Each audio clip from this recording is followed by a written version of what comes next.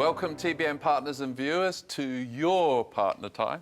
You have an exciting show today. We have Adrian Warnock with us, who is perhaps most well known for being a Christian blogger, and I've never met a Christian blogger, so I'm hoping that this will end up by being a very interesting testimony for you.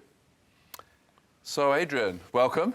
Thank you. This is our program for TBN partners, so they're in their homes looking to see what the Lord has to say through us today. I'm reading in my prep for this interview, I see that you kind of had an encounter with the authority of the Lord at age 4. That's right, yeah. And tell us a little bit about that. Yeah, so, I mean, I was very fortunate in that I came from a Christian family. Both my parents were raised as Christians. They were involved in the Open Brethren. And so I was actually staying with one of my grandparents for Easter with my mum and dad. And I asked my father at age 4, I said, why is it Good Friday? It was actually Good Friday that day. Why is it called Good Friday? And he said, well, because Jesus died. And I was like, that doesn't make any sense, Dad. You know, what? You know. That's not a good message. Yeah. And so he said, well, he did come back to life again on the Sunday. And so I was a bit precocious even then. And so I said to him, I said, but Dad, why isn't it Bad Friday and Good Sunday then? Yeah. So, you know, he then felt, well, I better explain. And, you know, he tried to make it as simple as possible. And he said something like, so, you know, when you're naughty, you get punished. And I'm like, yeah, I know that. Okay. He said, well, Jesus was never naughty, and he was punished for us so that we didn't have to be punished, so that we could be forgiven. And he said, there's a choice. You can either choose to go on being punished, or you can choose to be forgiven. And to me, just at that moment, I can still remember it, only vaguely, of course, because I was only 4, but I was like, why would I choose the other one? It was a simple choice. And it's funny because I think sometimes in Christianity, we can lose sight of that simple choice. You know, the whole thing, I have decided to follow Jesus. At a relatively young age, you were trying to get the tracts that the grown-ups used. Yes. And go out and do your witnessing. Yes, that's right. So they used to hide them from me, I was convinced. They were in a bag somewhere, but I would always figure out where this bag was, and I would sneak into the bag, and I would steal these tracts, and then I would disappear. Yeah. And my parents were like, where on earth is he? Yeah. And they knew where I'd be, and they'd go and find me, and I'd be always sitting on a bench with one of these tracts, trying to explain the gospel. And it was funny because I must have been, I don't know, maybe 10, something like that. Yeah. I would always target the older people because I was worried that they'd have less time. You see, so I figured that I should target them. It's interesting, many evangelists today target the young, and you know, there's some sense in that, you know, because you want, you know, to get a hold of someone's life for God at a young age and save a lot of pain, really. But I was thinking of the old, and I was thinking, well, these people, they're going to die soon, and they're going to face Jesus, so I wanted to help them. How about just ministering how you would have ministered at that young age? Jesus offers you hope, no matter what your age, whether you're young, whether you're 4 like I was, or whether you're 40 like I am now, or 43, or whether you're 80, 90, 100. Jesus offers you the same hope. And I think we put our hope in all kinds of other things, but I really am convinced that he is the hope. He's a hope that goes beyond the grave. I mean, one of the things as you get older is you tend to lose people. I mean, my own grandfather now, the one whose house I was staying in at the time, he's 92. And he said to me the other day, he said, a little while ago, he said, one of the hardest things about getting older is that all my friends have now died, more or less. You know, his wife has died. And yeah, obviously he's got family and he's made some new friends. But one by one, people to leave you, and it's obviously painful each time. But the thing is this, there's nothing wrong with grieving as a Christian, but we don't grieve in the same way as the world because we have hope. I love that scripture. Some people misread it. It says, I don't want you to grieve as those who have no hope, and people think that means that you can't grieve. It doesn't. It means that you don't grieve in the same way. So hope is there, hope that goes beyond the grave, hope that will last forever, and hope of a renewed body, of a renewed life. And it's the same hope that I had as a 4-year-old, and many Christians have found over the years that the longer you walk with Jesus, the sweeter that fellowship gets. And he keeps the best wine till last. I love that about Jesus. He really does. And so maybe you've lost hope a little bit. Go back to the fountain of hope. So, you were all kind of set up quite comfortable. Yeah.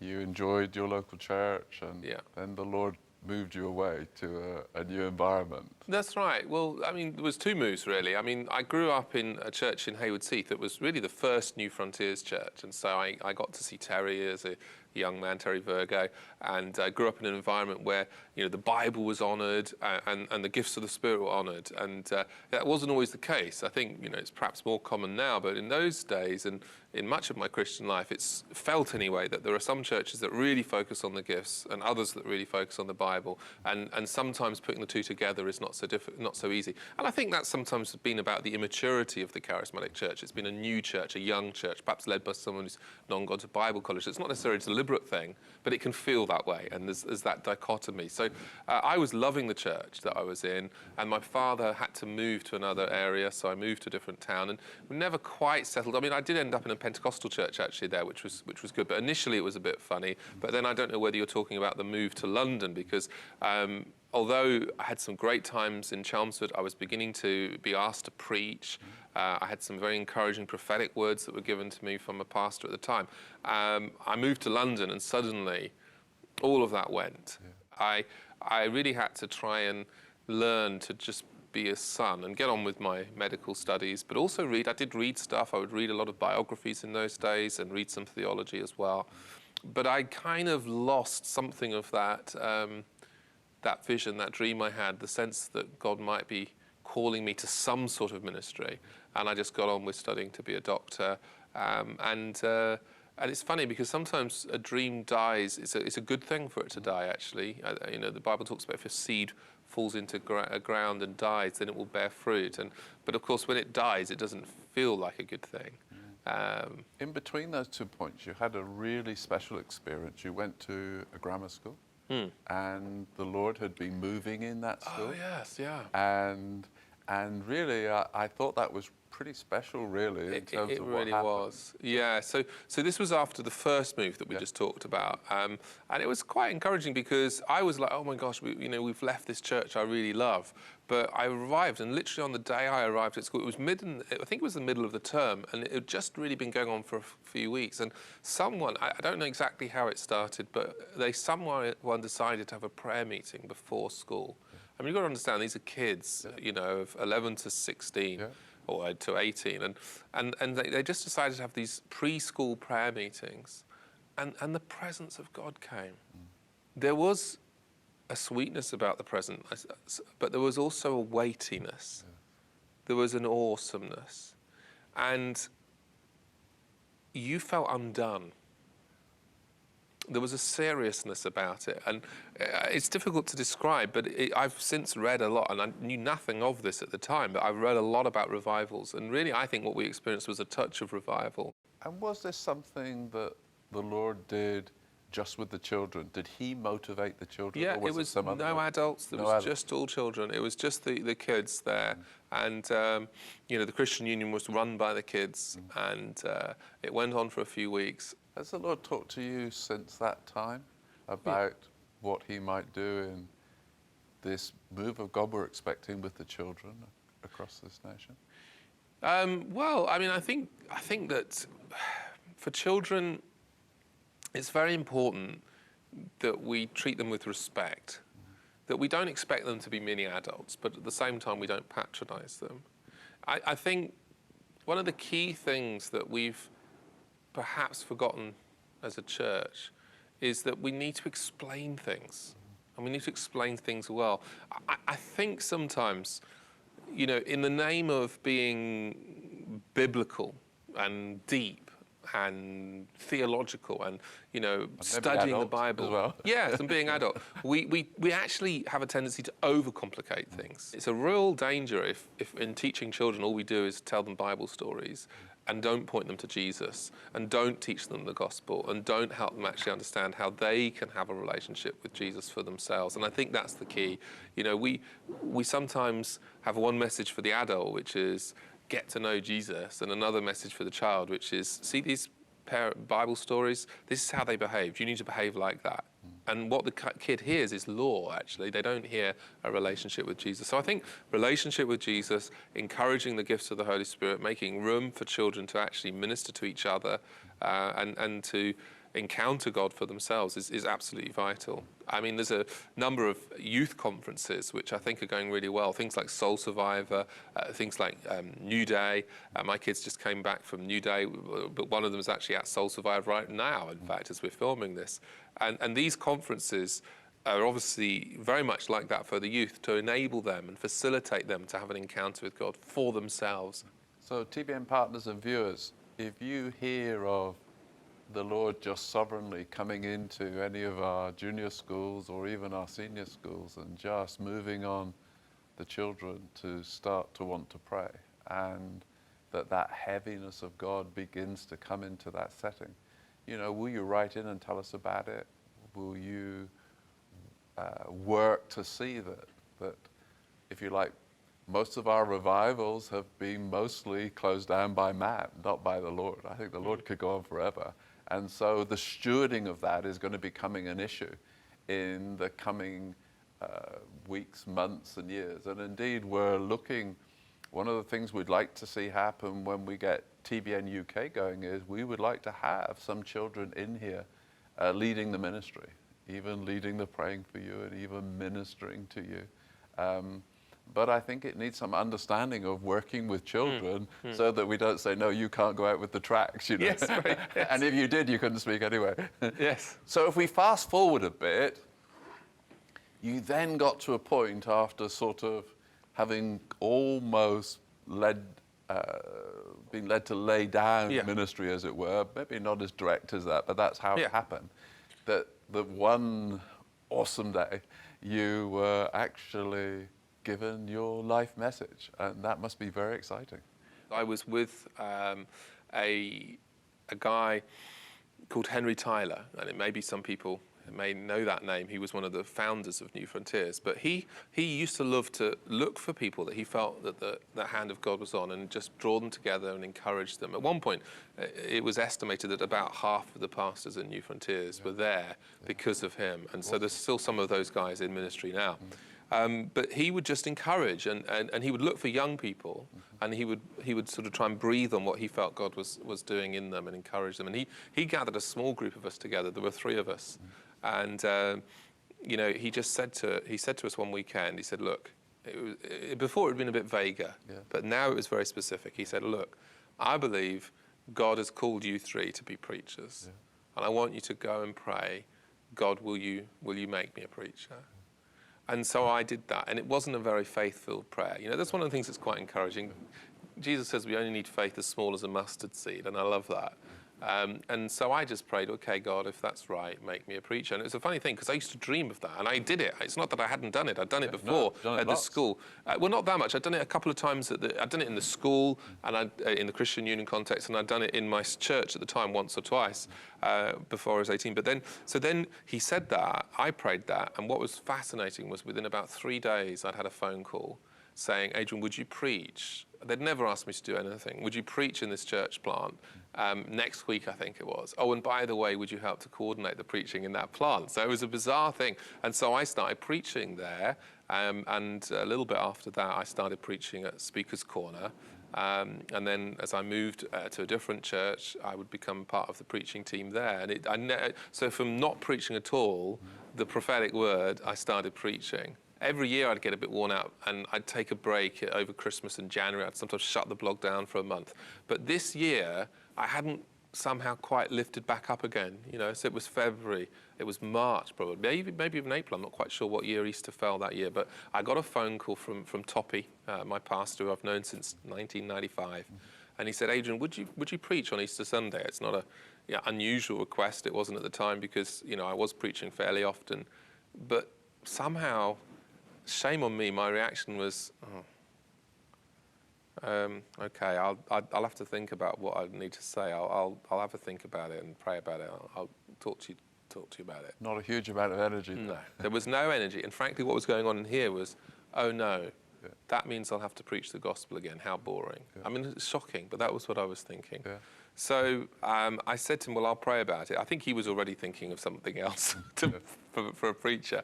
But that night, I again prayed one of my half-hearted prayers. There's a bit of a pattern to this. Yeah. God sometimes answers my half-hearted prayers, and I'm Yeah. very grateful to him for that. You know, I wish I was better at praying, but you know, fortunately, God's good at listening. There's a message for you there. Don't feel discouraged if you think you're no good at praying. Just pray anyway, because God will hear your prayer. But anyway, I prayed this half-hearted prayer. Okay, God, you'll have to show me, if you want me to preach, at Easter.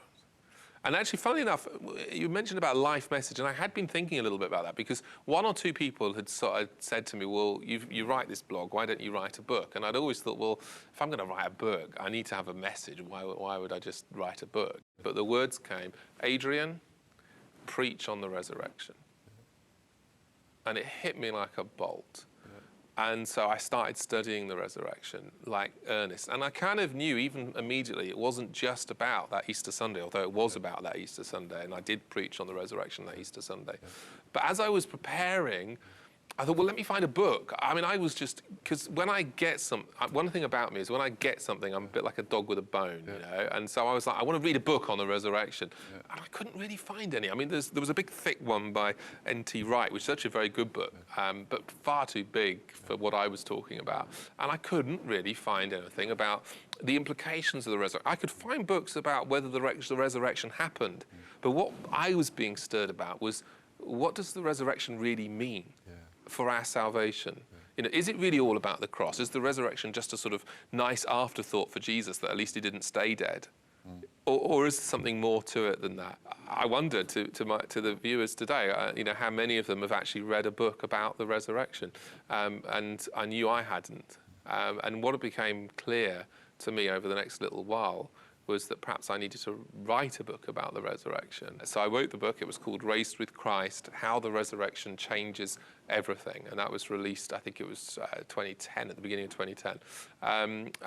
Really that book focused on this whole thing of what does the resurrection actually mean? What are its implications for us today in terms of, first of all, birth salvation. So, obviously, actually, because of the resurrection, we can have hope, But it's not just a hope for the future, it's a hope for now, that the resurrection power is at work in each of our hearts and lives. I like to say sometimes, Christ's resurrection power is pulsating through the veins of every Christian, We'll put a slate up for our partners that will sort of identify that title and where they can get it. But not long afterwards, you then felt that this one should be your second book. Yes. And so A Hope Reborn, how did that come about? My daughter was being baptized, which for any father is a joyful thing. I was sitting in this amazing church, which, I'd been part of building, because when I started at Jubilee, we were like 7 people. And there we were, I think at the time, we're over 1,000, and we're a lot more than that even now, and God's been growing us, and it's a wonderful thing. And, you're thinking, this is great. We'd had a wonderful worship time, some great testimonies, the baptisms, and my pastor was preaching. And he was preaching a message which he entitled the Pharisee and the Prostitute, based on the story of when Jesus is asked to a Pharisee's house, and a woman of the city comes in and washes his feet. And this is the way that Jesus reacted to her, as someone who was despised, someone who was labeled as a sinner, versus the way that he reacted to the religious person. And I think that's an interesting dichotomy there, because unfortunately, many times today, non-Christians think that Christians are like the Pharisees. They think we hate them. They think we're all about sin. They think we're all about condemning. They think we're angry with them. And so he's preaching away about this, and it's a beautiful message. People responded to the gospel. But in the middle of this message, a thought just hit my head, which is, this needs to be a book. And not just that sermon, but the gospel.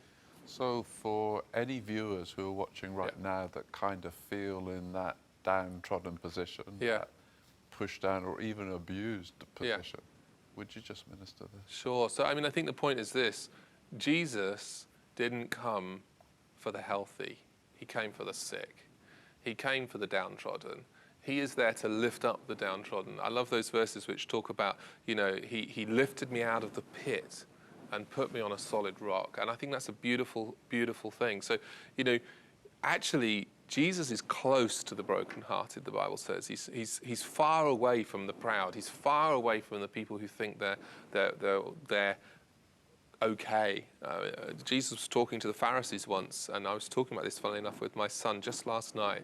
And he said to the Pharisees, he says, you say you can see. If you were blind, then you wouldn't be condemned. But because you say you can see, you're condemned. And so actually the very religious people are often the ones that Jesus gets most cross with. And that's one of our challenges as Christians who may look like we're living very godly lives. Actually, if on the inside we are like a whitewashed tombstone, if we are full of death on the inside, if we are full of rejection and hate towards others on the inside, we are probably in a worse position than someone like who is feeling downtrodden. And Jesus would want to say to you, if you're feeling that way, if you feel like you're a sinner, if you feel like you're no good for God, if you feel like you've got nothing to offer God, he would say, well, that's great. That's exactly the place I want you to be in, but it's not the place I want you to stay in, because I want to lift you up. I want to shower my love on you. I want to save you. I want to build your life back together and help you change, yes, but I'm going to love you as you are. And I'm going to love you so much, I'm not going to let you stay that way. And then as you become lifted like that, you will not have that pride, which so many people do have, and you will be able to minister to others. The Bible says this, that with the comfort we have received, we can comfort others. So you may have gone through difficulties, and you may be saying, why? And what God would say to you is this, because you've been broken, he can heal you. But then he can make you someone who can help others as well. Beautiful. So a slight change of pace. So you wear many hats, as well as being in the leadership of your local church and ministering there.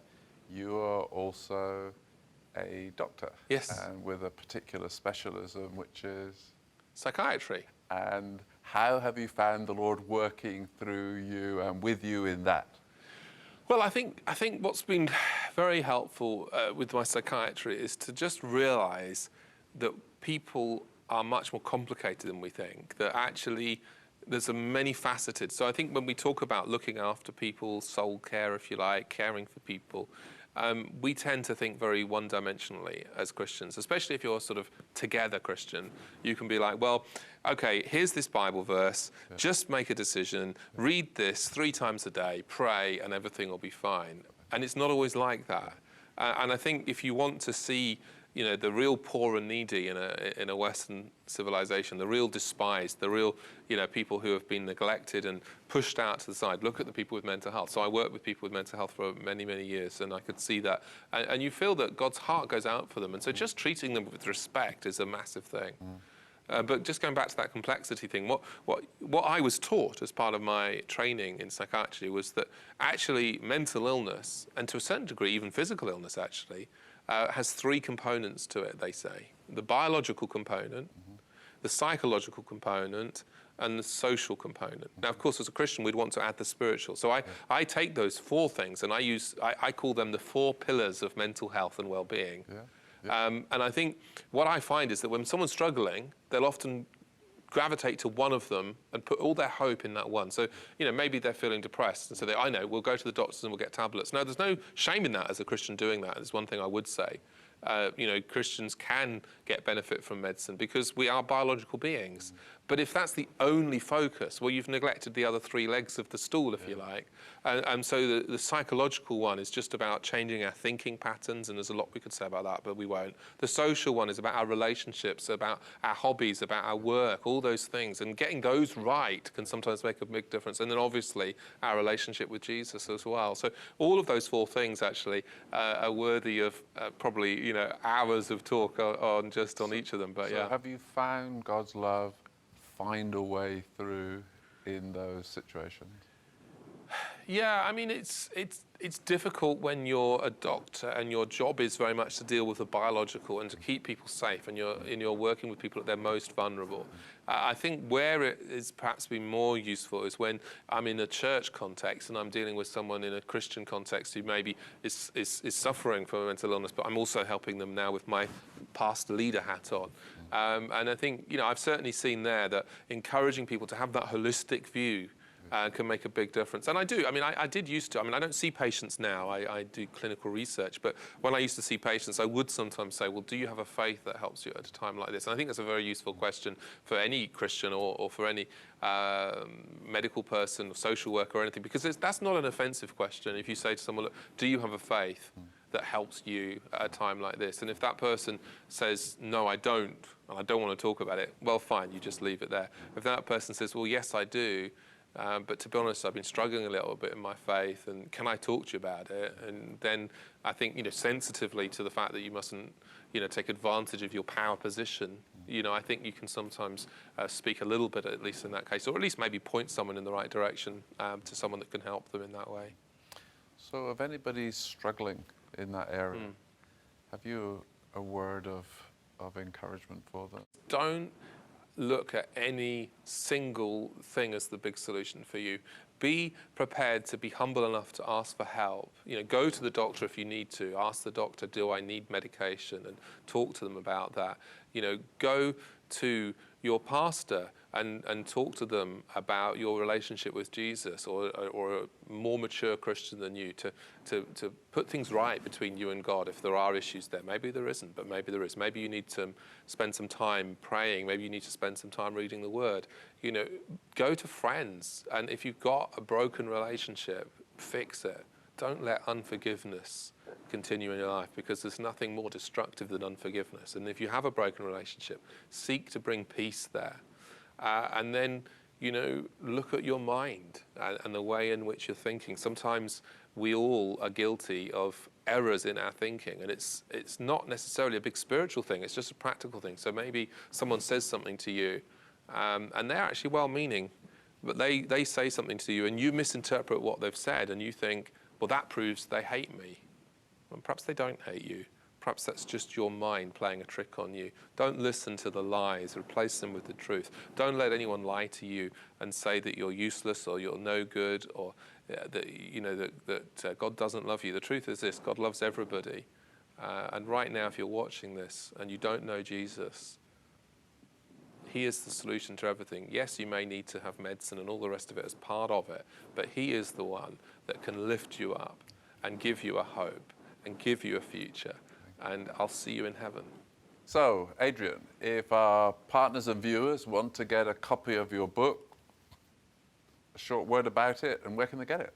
Okay, so the best thing to do is to go to hopereborn.com, and at hopereborn.com you'll see a bit more information about the book. You'll also see a link on the top that says Become a Christian, and that's got one of the chapters in the book, which is really the heart of the book, which does take you step by step through that encounter with Jesus and how to actually turn to Jesus. We've talked about deciding to follow Jesus. What does that mean? What does it mean to have faith?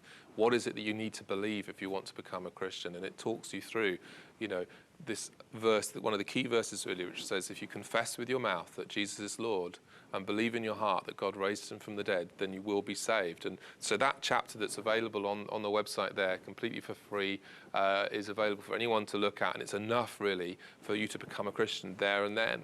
And if you want to get a hold of the book yourself because you're not a Christian, or because you want to help other people to become Christians, you want to be better at explaining it yourself maybe, or perhaps, dare I say it, if you've been a Christian for a long time, but you know that you want to get the gospel back to life in you. Maybe you were a bit bored of the gospel like I was, and you want it to become a bit fresh, a bit alive to you. Well, you can get a hold of the book. And actually on Hope Reborn, you can order it right there on the site. It's a great book to give to someone who's asking you, what is a Christian? What do they believe? And, how do I become one? And how do I live as one? And in a sense, that's relevant for all of us, no matter how long we've been a Christian. Thank you for joining us today. And TBN partners, see you next time.